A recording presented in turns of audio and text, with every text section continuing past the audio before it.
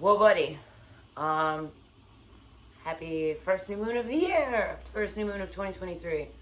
Um, First new moon in January, new moon in Aquarius. Although, yet again, looking at more scientific views of the sky, it'll still be in Capricorn, but it jumps into Aquarius officially for the Lunar New Year, which will be Sunday. Um, However, all of that momentum arises in a dark moon and will carry forward. The moon is also going to be in conjunction with the sun and Pluto. Pluto will be in Capricorn, and opposing Mars. And this is a very strict tension between rules and rule abiding, which is also emphasized in Mercury and Venus's relationship with the sun and Uranus. It's almost like dream big.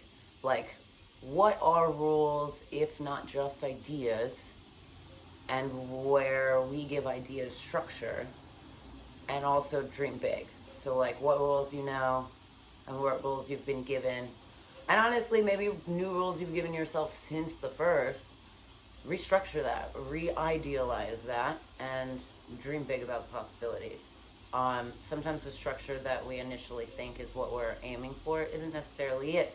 And it takes some finesse and some experience to really understand how to move forward in that. Education over experience, for sure.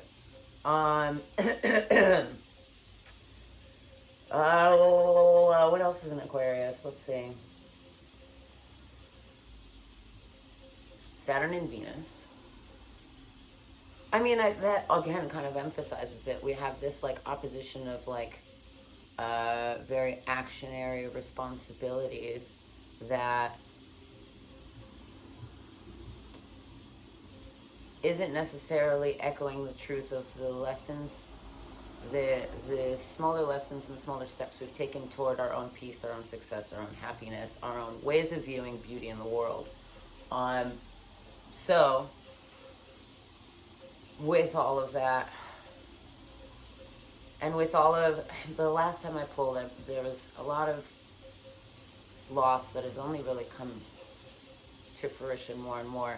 And while that may also be in a very literal sense, or maybe in a very intense sense, or may feel like a very overwhelming washing, it is an opportunity for a sort of clean slate mentally. And think about it that way. Think of clean slate mentally as in like, fresh eyes, fresh mind, walking into new experience. Because, I mean, and I said this with the like fucking New Year reading, is like, this ain't it.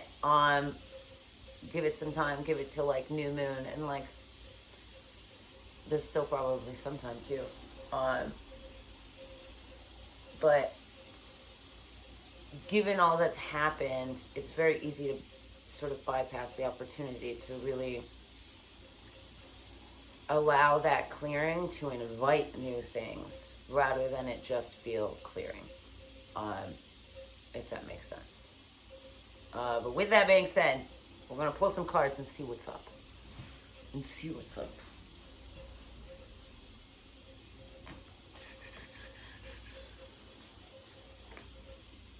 See what is dark moon, new moon, first new moon of the year is offering us in this opportunity.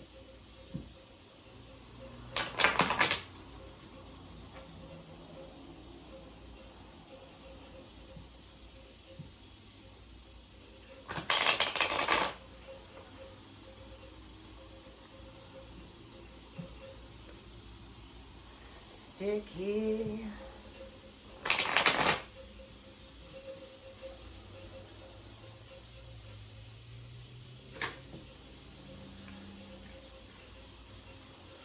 We're leaving it. It fell up right.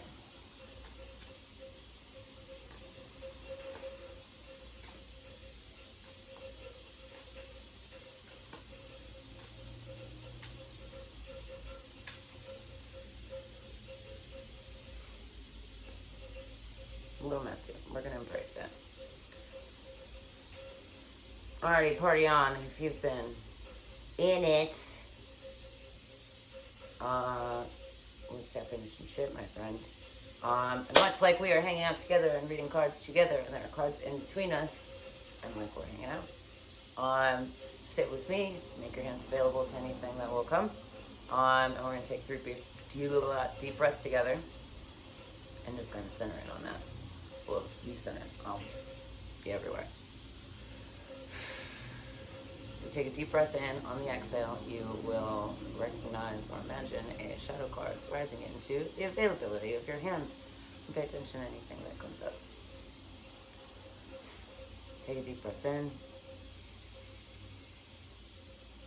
And exhale. Take a deep breath in. And exhale.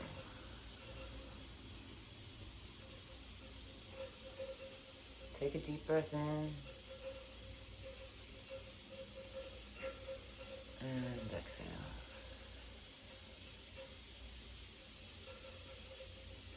Okay, there's some interesting disconnect, rushing between like receptivity and like emotional balance and like frustration maybe. Because legitimately I feel like I want to punch something on one side of my body and the other side of my body feels like it's floating. What a weird moment. But that's also come up a lot, is this sort of, you know, in that disconnect, the tension that arises, and that over expansion tends to make us feel like we're gonna snap, you know? Rad.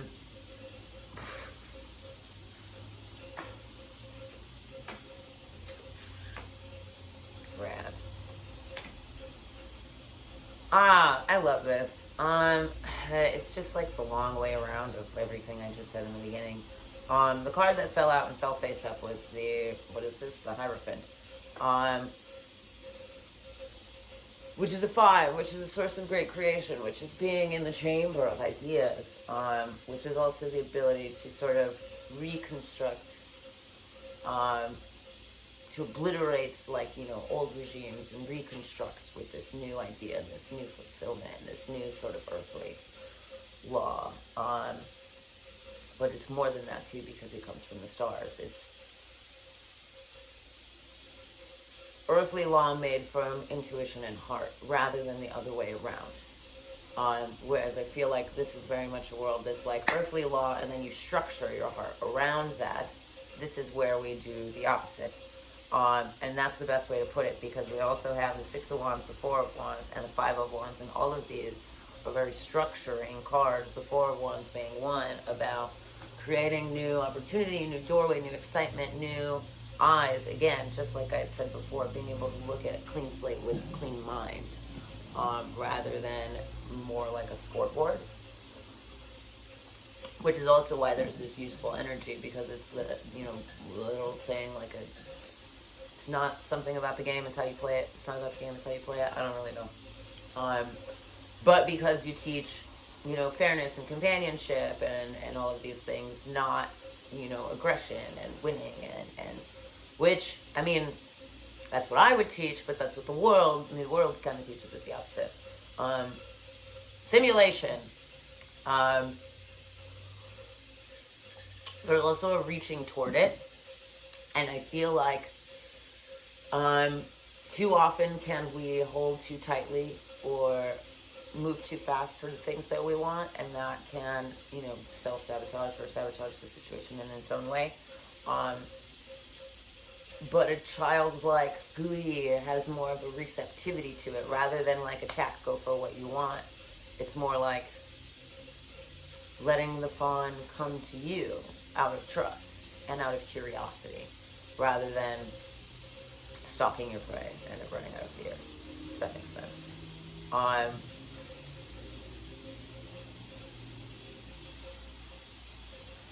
There's a lot of oranges and a lot of reds and not a lot of yellows, which tells me we're following passion, we're following stability, we're following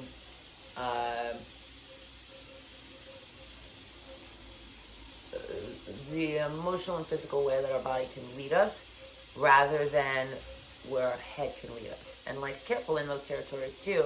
However, those yellows are very, can be very, and the yellows in here at least, are like much lighter, can be very inflammatory, can be very much about ego, can be very, very much blinded by identity and blinded by sense of self that disconnects you from the world. There's one thing I heard once upon a time. This is like the best way to like deal with depression and anxiety, and it's not the best. This is a very like simplified way of it, but it's like start to, rather than think about yourself, start to think about other people, and that sort of gets you out of this patterning of like, but what are they thinking of me? But what am I doing? But how did I, me, and sort of expands your vision and expands your scope of feeling into relatability rather than judgment, which has been a theme for some time. This judgment card can be quite haunting, but it's not here today, which is a good thing. I mean, judgment's great, but in the context it's been in. I digress. Six of Wands is the center of this. Like, this is a threefold. Okay, wait, we'll go back. Bottom of the deck was the Five of Swords, which was another card that I just mentioned. Contrary to this Four of Wands and this creating of new opportunities and doorways and sort of constructing that out of being resourceful with your own ideas, the Five of Wands is very much commenting, bottom of the deck, like, fucking idea for the times, idea for the vibe. It's very much about the boundaries that we give ourselves. And we live in this, rule-bound, structured society, and it's very constricting. In what ways are we further constricting ourselves? In what ways, like the world already takes our breath away enough, in what ways do you further constrict your flow? Whether that be a air flow or anything else.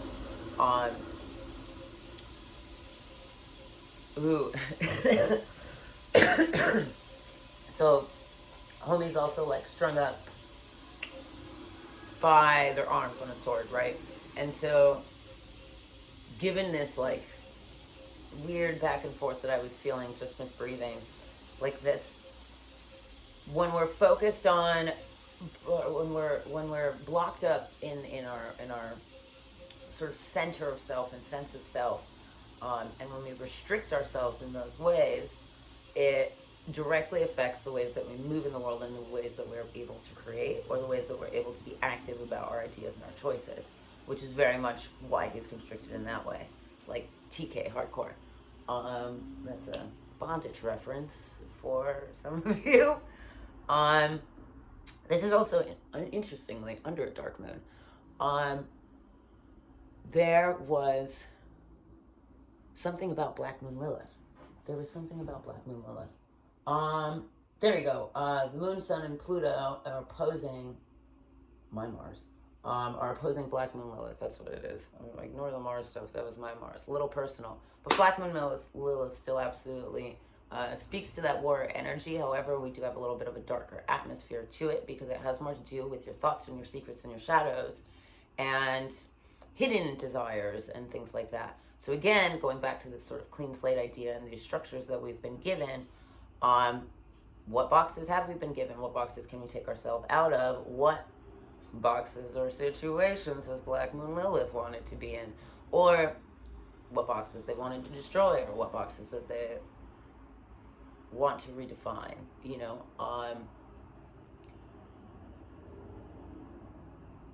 while that can seem like it's inviting a very aggressive and direct means, again, let's not forget about how vivacious Venus will be with Mercury's energy. And that can give us a very balanced energy and a very mirroring energy. However, that takes a lot of knowledge of Black Moon Lilith and a lot of knowledge of inner Venus, and frustrated Venus, or Venus with a virility of Mars. There's an opportunity for perfect reflection here, and I'm excited about that. However, it does not mean these great things come easy. It does take a lot of self-exploration, and it will probably be a little uncomfortable for a minute. But the reward is knowing yourself that much better, is being at the top of your pyramid and understanding everything that you can create with that power and that intention. And I say that because the Six of Wands is sort of the center of this fold. And that is very much a card of victory, although it may not look like you think it's going to. Like it's like a yes into winning, but it doesn't feel like it's as sure as like if you drum like a 10 or a 9 of Pentacles or something like that.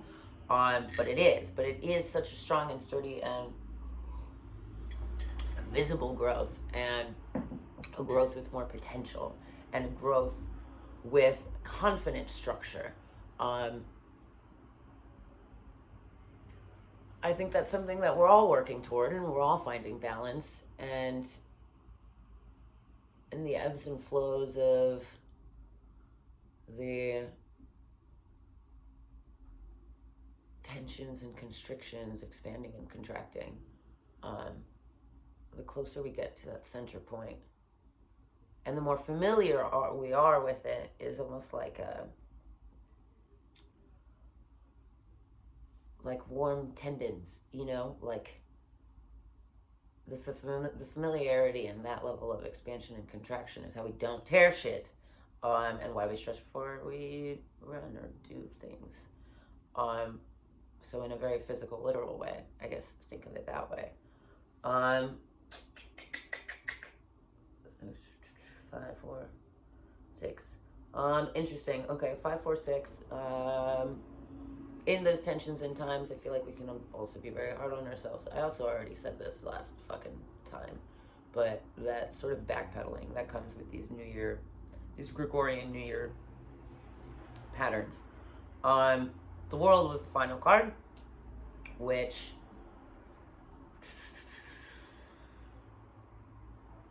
given all of this heat, I want to pay attention to this eagle, because heat rises.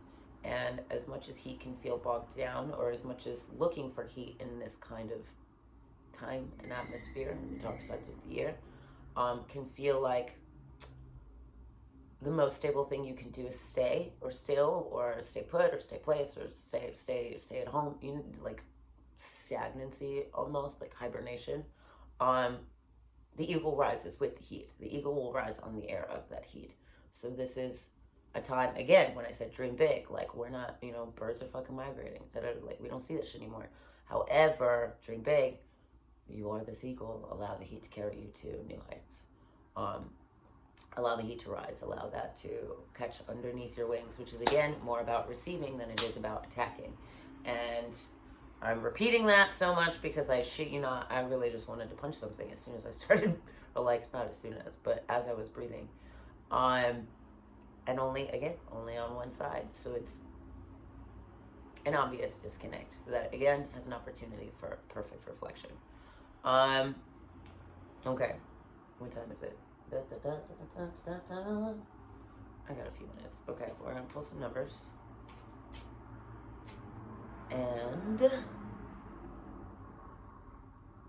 see what happens. The world also condenses to, and like gematria, condenses to an 11, which is, again, a perfect reflection, and is a base point of further creation. So get familiar with your reflection. Get familiar in what it is that you want to see in the world. Get familiar with what it is you want to see in you. If you're looking for something outside of you, become that. I remember saying to one of my friends a long time ago, it was like, become the ideal partner that you want. I think that was one of the happiest points in my life too, is becoming the man of my dreams, and the woman of your nightmares. But you'd be surprised how close happiness is when you try to reflect it rather than look for the reflection and find the distortion. Love that.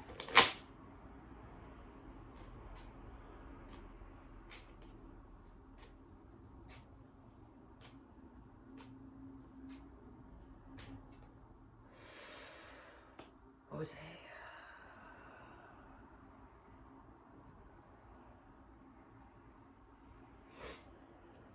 And once again, like we're chilling, like you are here with me.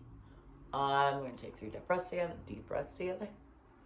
Deep inhale. On the exhale, imagine there is a shadow card rising into the availability of your hands or your spine or whatever it is that's available right now. Take a deep breath in. And exhale.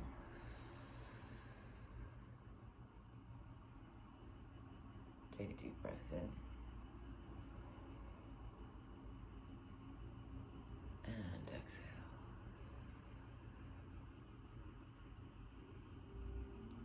Take a deep breath in.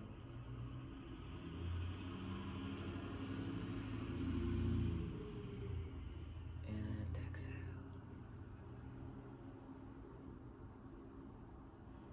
I think that was 3. This hand feels dead. This hand was like in its own world. I feel like leafing through, like receptive and leafing through, almost like studying. And just being really open to that, being very curious with that, sort of playing with the keys of the self. And maybe that's a lot of things. That's a lot of things that I don't need to say right now.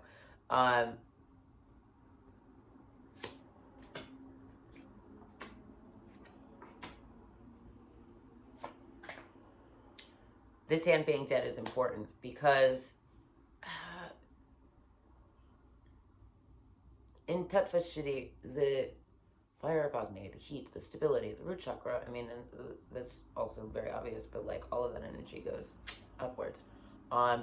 If stability and, you know, sense of self and all of that is not in a line in that root chakra, then, and in those sort of initial, most connected to the earth kind of pleasure centers, and pleasure centers in your not connected to the earth and connected to the community has a disconnect, yet again.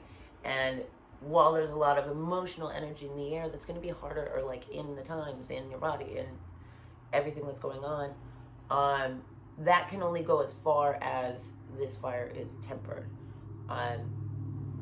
That will be more rampant if this fire is not dealt with, which is again going into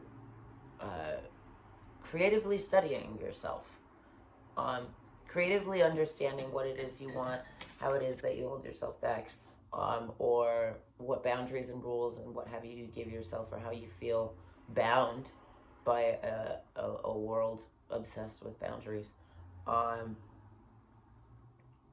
how you can sort of rewrite those rules and rewrite that recognition. And I mean, this is also why Pluto's in Capricorn, so close to all of this, and why it will also be moving into Aquarius at some point. Because this is how we're writing sort of the outline for our lives. This is how we write the rules of the story. You know, like the main character never dies and always gets the girl or whatever.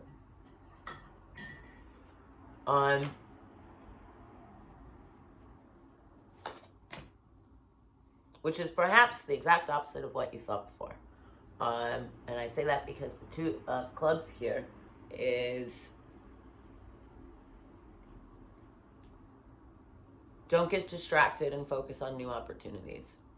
It's very easy to get distracted with just satiating and self-medicating in times of great tension or stress, or in times where you feel stretched thin. But if you numb that out, you know, it's very hard to re-up that generator, trust. Do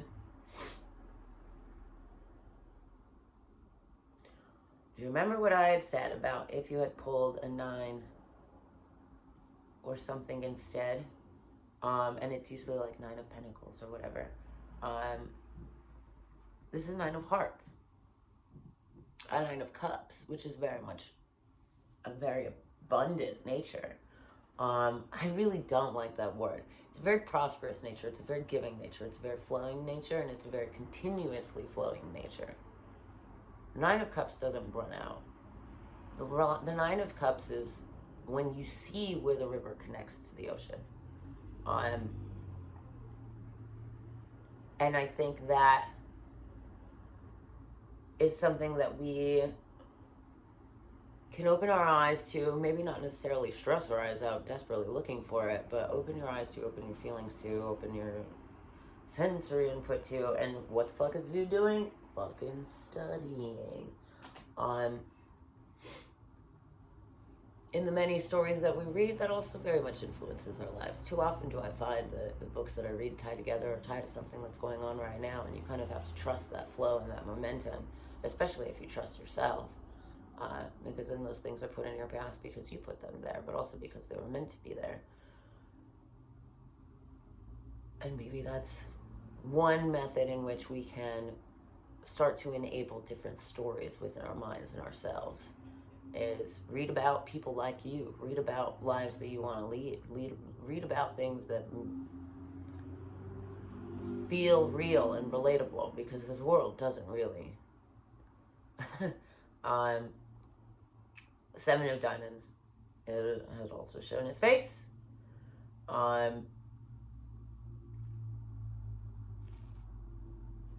think this isn't lacking, this isn't abundant, this is like having more than you thought you did in your savings account. And I think the seven, I think given that context and given that character, like, though it may not feel abundant and prosperous, sevens are faith numbers, sevens are universal numbers, sevens hold so many keys to like full potential in groupings of life. 7 planets, 7 notes in an octave, like all of these things that also expand into, like 7 chakras, expand into 9s, 10s, 11s, and 12s, depending on the philosophy you're dealing with. I mean, same thing could be said about like dimensions. There's 3rd dimension, 4th dimension. Some people talk about 5th dimension. Some people think there's 12 and more. So again, depending on your philosophy. But again, how would you know that if you're not exploring the theories behind that philosophy and all of its many sides? And look at yourself as that. You are your philosophy. You are your temple. Do some research into that. Figure out what brought you here and where you see similarities in that and where you aspire to be. All big concepts, I know. The King of Diamonds was bottom of the deck, inverted. And that, I really just think reiterates this idea of, like, I don't know, spiritual fucking anarchy, maybe. Like, don't let anybody tell you how you're supposed to feel or rule yourself. This is a time of sovereignty. And Black Moon Lilith absolutely speaks to that. And you know what? Actually, I'm pretty sure there's some other shit going on with, God, where is it? I mean, Aries, Chiron, and Jupiter have been in Aries. Not in retrograde, but behind Uranus in retrograde in Taurus. Yeah, like, I feel like that just reiterates the idea of anarchy against the collective before you're reunited with the collective. Not against. Anarchy in the sense of defining the self before you're reunited with the whole. Like, really clarifying this cellular structure before you let it join the rest of its cellular structure, like being clear about what's held in this drop of water before it releases into the ocean. And there goes that fucking metaphor again. There's a card that fell. The Ace of Diamonds. Which is, again, funny because we then 6, 9, 2 would technically be either don't get distracted or a new direction, which could be a new octave, and then you have a 10 and an 11, or a 1, which is, you know, the beginning of a new octave, slightly different, slightly changed. Who knows how? And again, kind of a wish card. So what I had said earlier about Venus and Mercury also in relation to everything else that's going on with the sun and the moon. Dream big. Dream big, motherfucker. And there's also this element of rising again, so, and the best time to fly kites, those crazy windy days. And maybe the wind hurts your face, but it's sure gonna help you find some air. And that is living in fucking Chicago for you, ain't it? Or, you know, living life in general. In freaking general. Okay. I feel like all of this just said the same, I mean, like I've been saying the same thing like 3 different ways. So, party on.